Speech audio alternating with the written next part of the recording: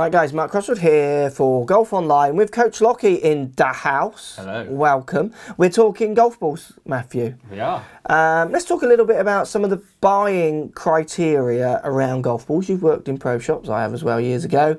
And people have a criteria and it's many varied things. What are some of the criteria you see and have seen from people buying golf balls? Two of the common ones is distance. Okay, so wanting it to go, right, further ones, okay. And feel around the greens and how it feels off different clubs and things like that. So they're the two obvious ones that sort of stand out to me. Okay, yeah, I agree with that. So for me, I would say price. Mm-hmm. People are, that's the first thing people are, how much are those? How much are those? Yeah. You get some people who will say, oh, my ball's not going far enough, I want it to go a bit further. How much are those ones? Mm-hmm. So it's very connected. Yeah, yeah. So this ball goes further, whichever ball X, but it's £80 for one ball. Oh, well, I don't want to go that much further. Price is going to be an option or a buying criteria. So you have, I've got say 3 balls here and they are kind of at different price points, and go on the website and check the price points. I'm not going to get involved in bogged down in the price points too much, but when it comes to golf balls, for me, I love what Titleist say with their ideas about how you should purchase a golf ball. So their big ethos is you should work from the green backwards. Yeah. So they're saying got that nailed, really, haven't they? Yeah, I have, and they back it up with data and facts, and it's hard really to go beyond that. Across their range, Titleist, so take Pinnacle out, their balls all go the same distance within 5 yards. That's a very common misbelief. People think the other ball goes further than the Pro V, will go less and spin more. The Pro V does not spin more until you start getting to a 9 iron down. Right. So driver with this ball or driver with the other Titleist ball, like at the other end of the range, spin rates almost exactly. You can't tell the difference. Yeah. You can't tell the difference. Big misconception with I balls. think that's quite a big thing as well, really. Like if I'm hitting driver, I don't really feel a lot of difference between ball and ball unless it is a rock hard. Yeah, you go to a completely different feeling it's of ball. only when, like you say, the way they fit and sell their golf balls, when it gets within 100 yards, you start to feel that difference off the putter, off the chips. So I think that's a big section of it. Yeah, absolutely. So why would we see so many tour players playing this ball? Why is this ball constantly number 1? What do you think? You're smiling at me there. It's a perfectly normal question. Do they get paid for it? Is that what you think? Yeah. Okay, I don't think that. I think, because there are plenty of companies out there with plenty of funds. Yeah. I think that it's so in our ethos that Titleist is a great ball. The kids grow up using it. And what's one of the big things that people have about golf balls? I've heard it in pro shops. Can't hit that ball. It doesn't go as straight as that ball. I hear things like that. I hear that. I hear that. Yeah. It's that people golfers have these kind of superstitions. Yeah. And they're petrified to change. So I think for people just put their tour players, for instance, grow up and then their trust is in it. Yeah. Why change something that's made them good? Why disrupt? I think that's one of the main reasons people go with this. Point, yeah. So it does allow maybe companies like Callaway and other companies to try and take a piece of the ball market, because they'll introduce a ball which might perform similar at a different price point. Yeah. So play on the people who haven't got those superstitions, possibly. Yeah. So, I mean, you use this ball, Chrome Soft, famous for losing this and using this ball.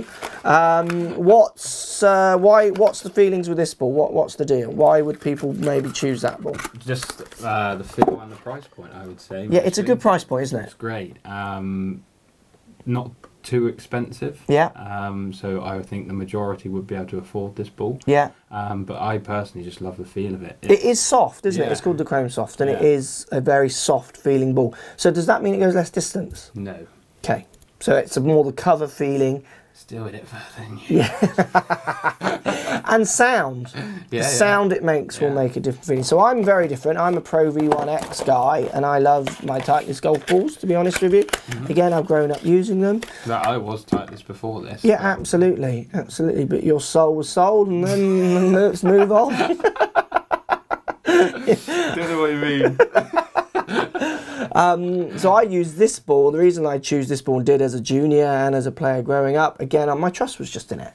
It performed how I want it to perform. It was consistent. It stops it goes, you know, it does everything I want it to do, goes full distance, and it stops as well. Like your, I've got a really weird thing. Go on. About your superstition. Yeah. Well. People, go on. I only use the softer version of that, or right. the gold version. Yeah, the Pro View 1. Yeah, because the dimples looked better. There you go. I mean, like, these dimples will look bigger, and I don't like the look of it, and that's why I chose the gold. There you go. I don't think I could find many people who would back any ball decision up with like solid ideas and data. If we're talking about the performance balls, because it's so much more on that feel and that personal kind of take, isn't it? Yeah. So when you're out there buying balls, look at price points, go on feel, try a few, see which ones you like the feel of. Even things like having good or bad games with certain balls over a period of time can influence you.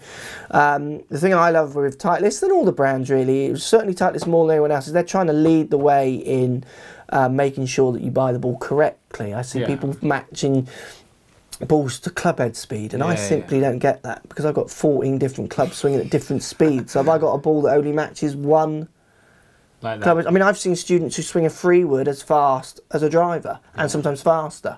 So how do they pick that ball?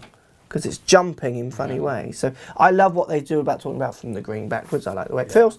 But I have tried other balls, and I'm tempted to give this one a go as well, because I do love when we've played and I've hit a few shots with them. I love the way it feels, and I do like the price point that it kind of gets chucked out there for.